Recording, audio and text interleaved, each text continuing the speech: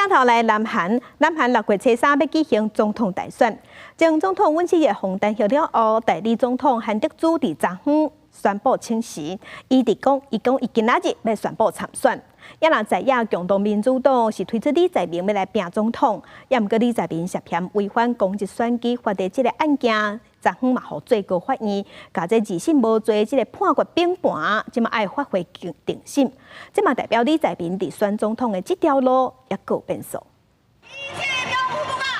南韩要伫6月初3举行总统大选，早拄啊以高票得到党内推选，民调阁摕到42%超高支持率的李在明，总统之路拄到重大阻碍，有几项牵涉到违法的案件之一。本来第二审判无罪，却因为检方不服，向大法院提出上诉。大法院也就是最高法院，且已认为二审误解法律的原则，推翻无罪判决，阁发回首尔高等法院定审。李在明因过担任京畿道城南市长的时阵，涉嫌向民间业者泄露盗警案机密消息，伊部署嘛伫去互检方调查时阵自杀。不过2021年，李在明接受媒体专访的时阵，说讲家己无熟悉这个部署，嘛无做伙拍过高等呼救，去互检方以涉嫌散布虚假事实、违反公职选举法起诉。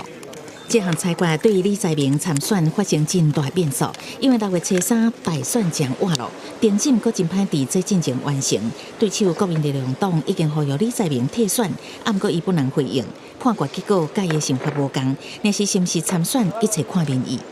目前执政的国民力量也未推出总统人选，不过代理尹锡悦总统职务的国务总理韩德洙是宣布辞职，由副总理兼客户财政部长官崔尚武代理。韩德洙无党籍，甲执政的国民力量党同款是保守阵营。韩联社报道，初二伊要伫国会宣布参选，并公布竞选宣言。국민여러분저는그동안무엇이제책임을완수하는길인가 고민해 왔습니다. 另外，前总统尹锡悦的官司原来有新进展，且以检方大动作去伊伫首尔水草区的私人住宅所在，调查伊甲夫人金建熙加统一教高层人士牵涉到6000万韩元选择叛变，也有明白配包仔这的贿赂案。针对去年底伊甲国防部长金良显的宣布戒严，南韩检察厅紧急戒严特别侦查本部以滥用职权这个罪名，搁再对尹锡悦提起公诉。